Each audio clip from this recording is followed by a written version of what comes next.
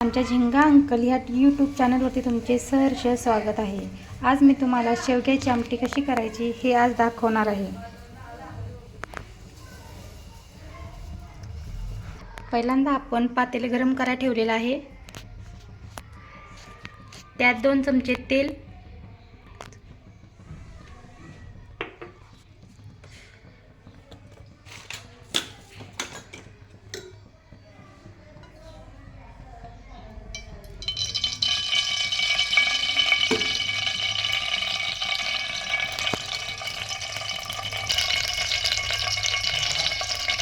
तेल चांगलं गरम होऊ दे।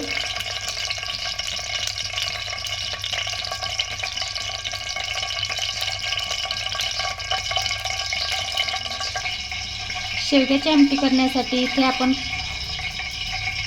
कढीपत्ता, लसूण, टोमॅटो, कोथिंबीर, कांदा घेतलेला आहे। त्याचप्रमाणे शेवगा हा असा चिरून घेतलेला आहे, स्वच्छ पाण्यात धुवून। आता आपण मोहरीची फोडणी देऊया। मोहरी छान तडतडली की जिरं टाकू। इथं तुम्ही पाहू शकताय मोहरी कशी छान फुललेली आहे।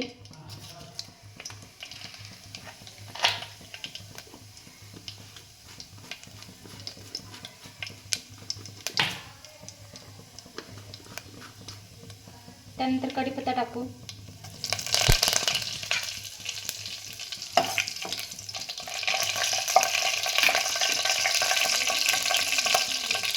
त्यात बारीक चिरलेला कांदा,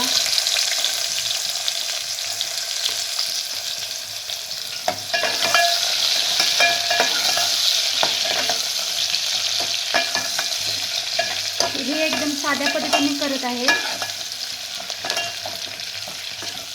कांदा लालसर होईपर्यंत परतून घ्यायचा। इथे तुम्ही बघू शकताय कांद्याला लालसर असा रंग येत आहे।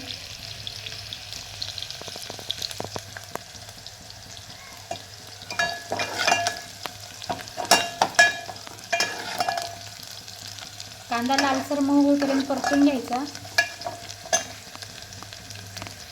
त्यात नंतर बारीक चिरलेला टोमॅटो,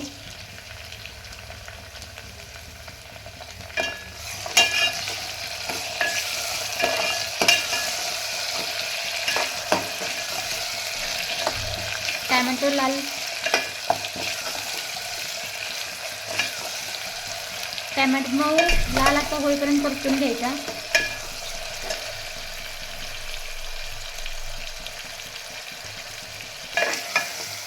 इथे तुम्ही बघू शकताय टोमॅटो कसा छान परतलाय। त्यानंतर बारीक जरा चिरलेला लसूण घातला।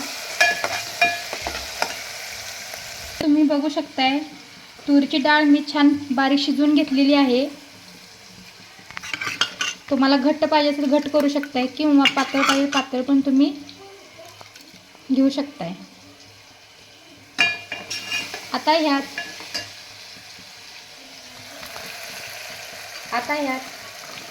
स्वच्छ धुतलेला शेवगा टाकते। छान त्याला परतूया। 1-2 मिनिटातच आपण वाफेवर याला शिजवून घेऊ। इथे तुम्ही बघू शकताय मी शेंगा तेलात परतून घेतलेले आहेत। त्यात आपण हळद,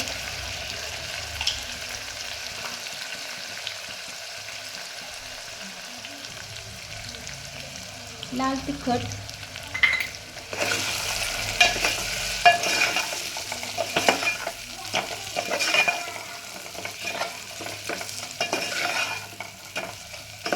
मी जास्त काही मसाला वापरलेला नाही। त्यात तुम्ही बघू शकता लाल तिखट घातले, हळद, तसेच जिरा पावडर,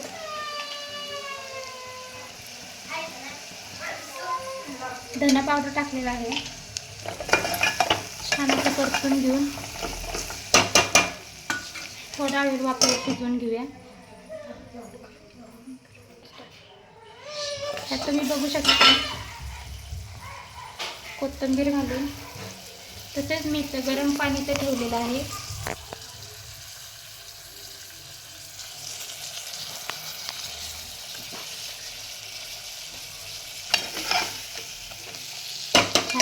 करून घेऊन आपल्याला हवं तेवढं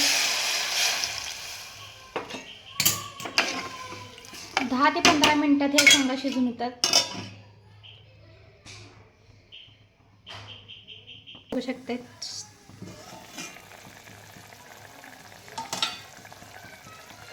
चवीपुरत मीठ का टाकून तुम्हाला हवे तेवढे.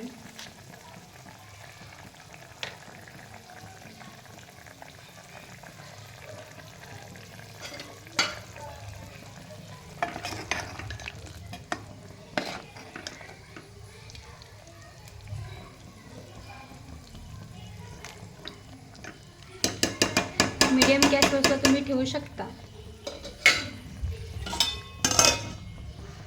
आता तुम्ही बघू शकताय आमटीला कड सुद्धा छान आलेला आहे आणि शेंग सुद्धा शिजलेली आहे.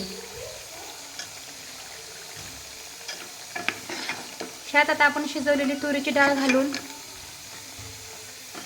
उकळी देऊन घेऊ.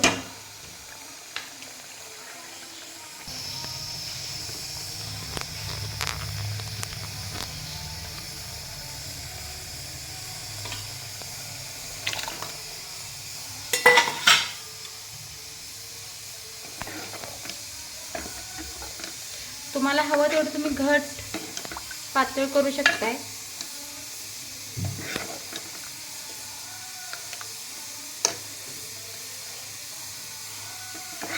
त्याला छान अशी उकळी देऊन तुम्ही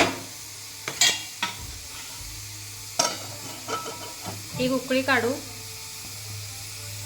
तुम्ही बघू शकताय आमटीला छान अशी उकळी आलेली आहे.